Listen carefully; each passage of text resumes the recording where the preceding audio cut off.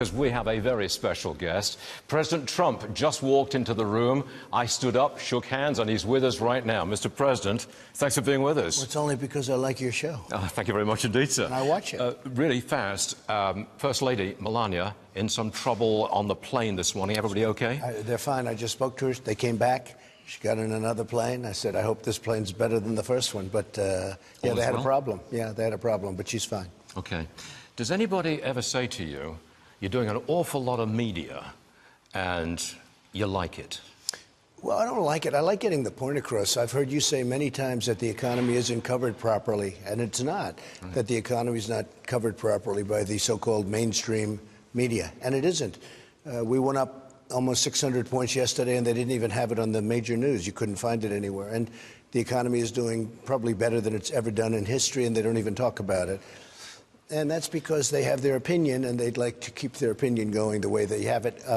They do not treat us fairly, and therefore, if I do the news, they all want me on the news, so I can talk about it myself. Are you going to keep up this pace of media after the midterms, or is this a run-up to the midterms? Probably not. No, this is just for the midterms. We want to win. We want to get the Republicans nominated, and we want to get them elected.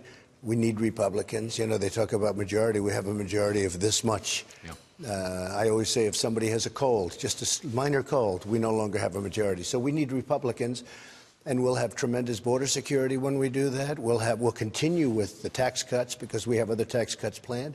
We're going to do a lot of cutting of the budget also, by the way, which I know is going to make you happy, but we're going to do a lot of cutting. You're going to cut some spending? We are. We're going to cut spending, absolutely. And that's we had to do... That's a tough order, Mr. President. It's not as tough as you think. And frankly, there's a lot of fat in there, but we had to get the military done last time. You know, President Obama let it go. And I could say beyond President Obama, the military was in terrible shape. Now we got $700 billion approved, and we got $716 billion, 2 years.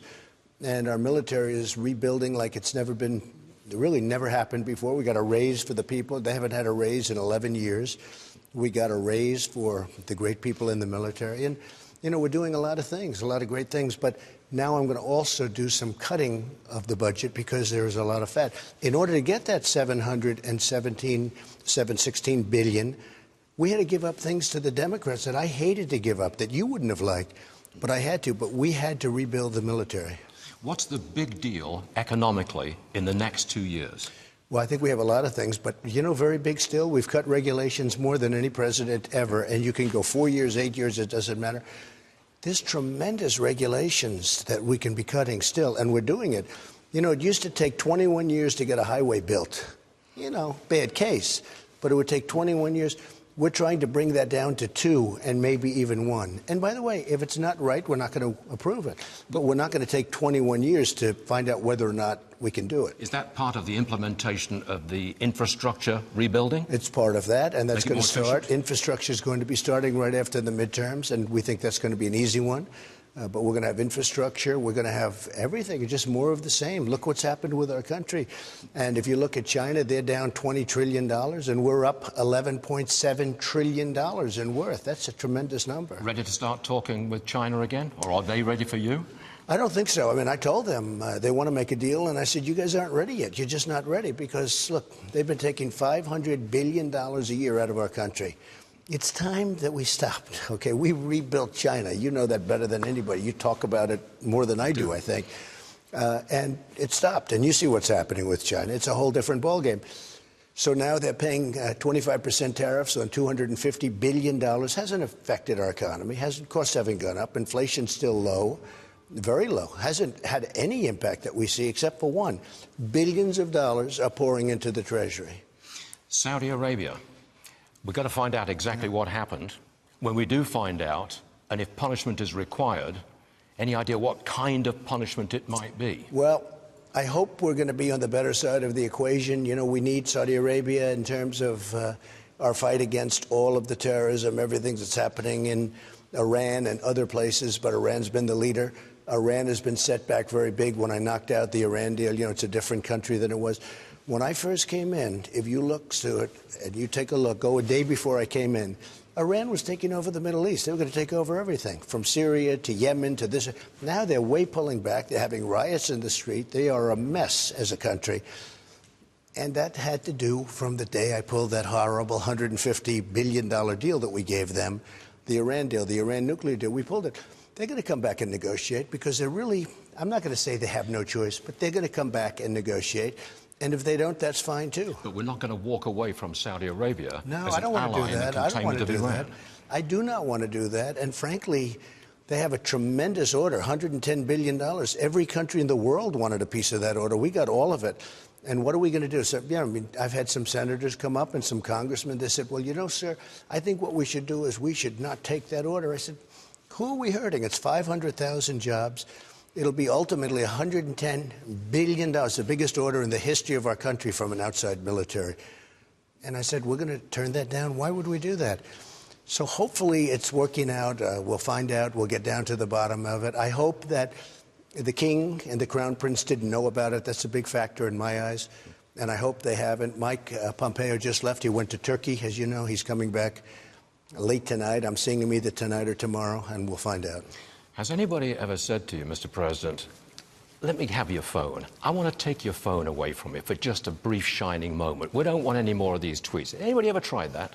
No, and I don't think I'd be talking to you if I did that. It's a way of getting out the message. Look, we have fake news. Everyone's fake. You look at what's, and I'm not saying you and some of the people on Fox, not all of them, but some of them, but there's so much misinformation being put out. That's my only form of communicating, really, other than having a press conference every hour. If I do a press conference every hour, now we're communicating very well. The polls are going through the roof. I think the Republicans are going to do well in the midterms, and I'm doing a lot of work on this. But to be honest with you, I get such phony news. Everything's a fake. Even yesterday, I gave an interview to AP, and the headline was totally different from everything I said. The headline was this terrible headline. Everything else was perfect. You know, the quotes were all perfect, and they've been criticized for it. You know, where did they come up with that headline? So if I gave that up, it's social media. I don't call it tweeting, I call it social media. It goes on your show. Every time I do something, you say, we have breaking news, whatever it may be. But I really believe if I didn't do that, Stuart, number one, I probably wouldn't even be here talking to you. But you like it too, don't you? I do like it. It's a form of getting out the truth. And you like the press conferences. Well, I enjoy them. You never miss an opportunity. When a question is shouted at you, you almost always respond. What's funny, sometimes I get a really nasty person with a horrible, stupid question from, like, CNN, because they're just so horrible and so fake. But, you know, I'll get this horrible question from some reporter at CNN. Then I'll hit the reporter back just modestly hard. And the next thing, President hits reporter, it's terrible, freedom of the press. I said, wait a minute, they hit me so viciously. I give them a little jab, and the story is Trump hits reporter. So, you know, it's pretty unfair stuff. But again, you get out there, whether I do it this way or whether I do it through social media, but we're definitely getting the word out. We have the greatest economy in the history of our country, and it's not being reported. You go to NBC, which is terrible news organization, but you go to NBC, CBS, ABC, I mean, CNN we don't even talk about. But you go to these things, take a look. I think the other day it was 94%.